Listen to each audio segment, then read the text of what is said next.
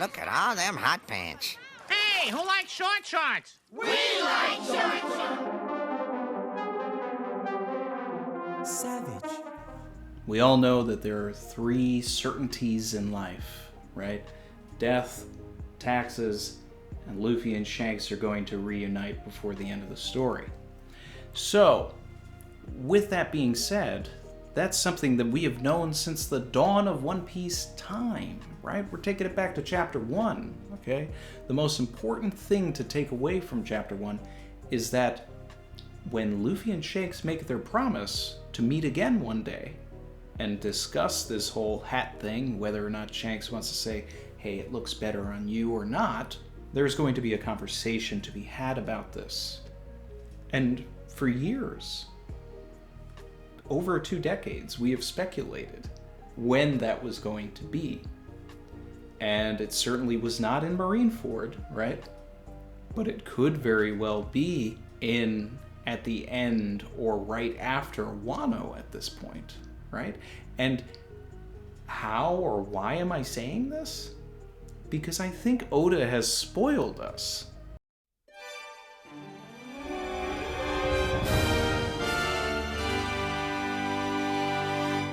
Film Red and the message at JumpFesta this year and last year, right? When you put all of the puzzle pieces together, Oda is waving a big flag saying Luffy and Shanks are about to meet really soon. And then you take into consideration that Shanks literally said it in chapter 903. Shanks and Luffy are gonna meet really soon, guys, which sort of signifies the beginning of the end. And I just can't stop thinking about this and racking my head around it, right? Of course, in JumpFesta 2021, right, he said that Shanks was going to make his move in 2021. So that was a fucking lie. Yes, it was, Tyler, the creator. It certainly was. In JumpFesta 2022, he's talking about Film Red, and he's saying that Shanks is going to have a lot of scenes. Will Luffy and Shanks meet? That's one of the important things to take away from his JumpFesta 2022 letter. The other thing is, will I be able to draw it well? I'm paraphrasing, right? But that emphasis and him as a writer struggling to talk about something that he's had in his mind for a really long time only lends the idea that potentially this means it's something that's been in his head for 25-ish years. You're not going to take something as huge as Luffy and Shanks reuniting and put it in a movie that potentially some of the fans won't see. I mean, if you're a true fan, you're going to end up seeing the film anyway, right? Especially since it's being touted as, canonical material in the first place. But beyond that, this needs to be in the canon, right? So if Luffy and Shanks are to have scenes together in this film, then that means that they will have already met in the story prior to the release of this movie, which puts Shanks in or right at the end of Wano. Either way, before this movie comes out, Luffy and Shanks are going to meet. Oh my God! Okay, it's happening. Everybody stay calm. What's the procedure, everyone? What's the procedure? Stay calm! The only other way that this works with the wording is if Oda is literally talking about the very first time that Shanks and Luffy met, because we never saw that, right? We started a medias race with everything. We started right in the middle of Luffy and Shanks already knowing each other, already having an established relationship. We never saw that initial meeting. I'm hoping that that's not all it is, right? But I also don't want to get their first meeting ever in the movie, because while the animation for that would be really cool, it's not going to be in a volume, so someone that's going to be reading and may, in the future may not know about Film Red is going to be missing out on something that they'll have been waiting for since chapter 1. Why does this make sense? Why does it work beyond any of the things that I've also talked about here? Is that this saga has been called the Four Emperors saga in the first place, right? There's like 5 emperors now. That still leaves Blackbeard and Shanks out of the equation here. Technically, Marco being there also feels like a Yonko representation as well, since he took over Whitebeard's crew after, Marineford. Blackbeard has a lot of stake and skin in the game to come to Wano, especially if Mori had just joined his crew, because obviously, Kaido wiped out all of Mori's crew back in the day. Blackbeard he's a planner and a schemer. There could be, something devastating going on there. And Shanks knew Odin, was very close with Odin, right? Akataro, Red Taro. I wouldn't mind if Shanks showed up and wanted to get some revenge on Kaido. I don't necessarily want him to get involved and step into the fight with Luffy, but I also don't feel like Luffy is ready yet. But, maybe Shanks could save Luffy, right? What if this all, goes, a little downhill, islands fall, and things just go bad. I've always said that I truly believe that Kaido is going to go down, but there's so many antagonists that some of them can't all go down.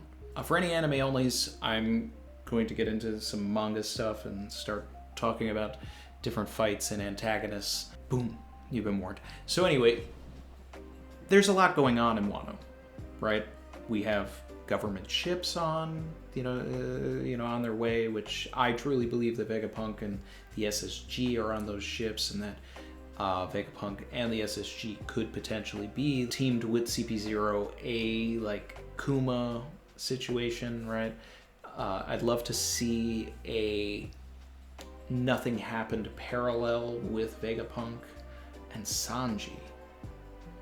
Sort of an inversion with the, the Zoro situation, because Sanji did play a role in that, right? I don't think that Big Mom is going to get defeated by Kid-in-Law. Maybe she'll get temporarily incapacitated, but I believe that she's still got to do something devastating that brings us to Elbaf, that brings her to Elbaf.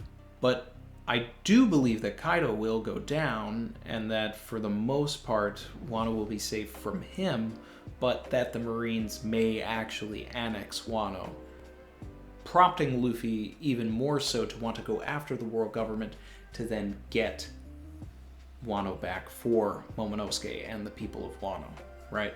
So the raid succeeds, but they still fail. You get what I'm saying? But there's a lot of ways that the crew can get severely packed up and need rescue. And then we get, another ex machina of Shanks showing up at the last minute and saving Kobe, but in this case, maybe saving someone else. I've said that I've always wanted like a short time skip after the events of Wano. And I kind of feel like we might get that based on the promotional images that have been put out of everybody's drip. Right, so we're seeing all of the drip going on, but then we're also seeing changes in hair. All right, and I want to turn everybody's attention to Sanji, right? We have never seen his hair like this, ever. It's fluffier, it looks longer. Hey, who likes short shorts? We like short shorts! I don't know what my man's doing with those shorts. That's just a sidebar. Oda stopped putting my man Sanji in shorts. He fights with his legs. Please keep the pants on. The shorts are completely uncertified for one of, if not the drippiest character in One Piece. Put my man in some pants. Savage. Anyway, I think that everybody's a couple of months older in these images, potentially. I do believe that this is happening pretty soon after Wano, but even if you look at Robin's hair looks different. It could be the way she curled it or whatever. But I mean, like, Oda doesn't normally draw Robin and Sanji like this. Even Usopp looks different with his hair. And of course he looks different. He looks like Gene Simmons from Kiss. Is the face paint a hint towards Kanjuro's fruit theory? Agenda, firing. You look at Frankie, he's got like a cola catheter going on. I don't know what's up with that. Like, you know, does he get his hand on Queen's technology and the way to give himself a renewable laser without the proper equipment yet as he gives himself a cola catheter? I don't know. And are they on some sort of really warm island? Why does Luffy have these fans? What is up with this?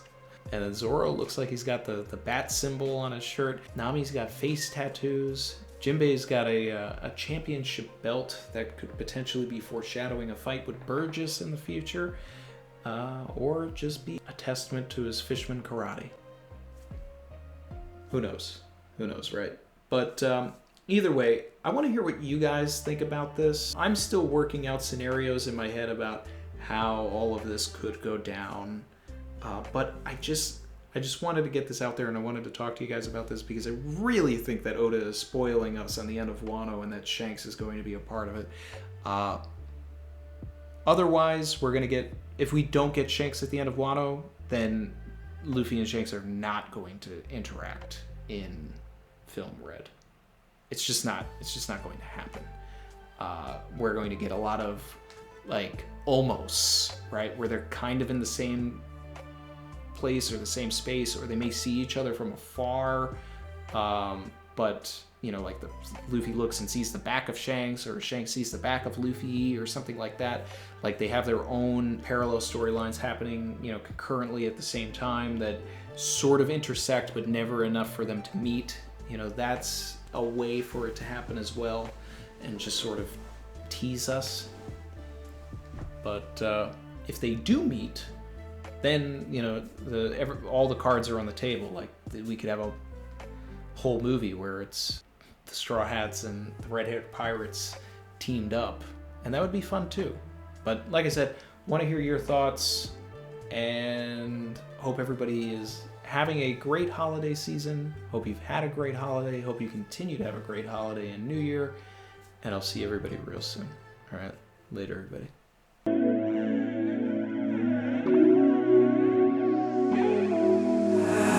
I've been swimming deep, deep. Savage.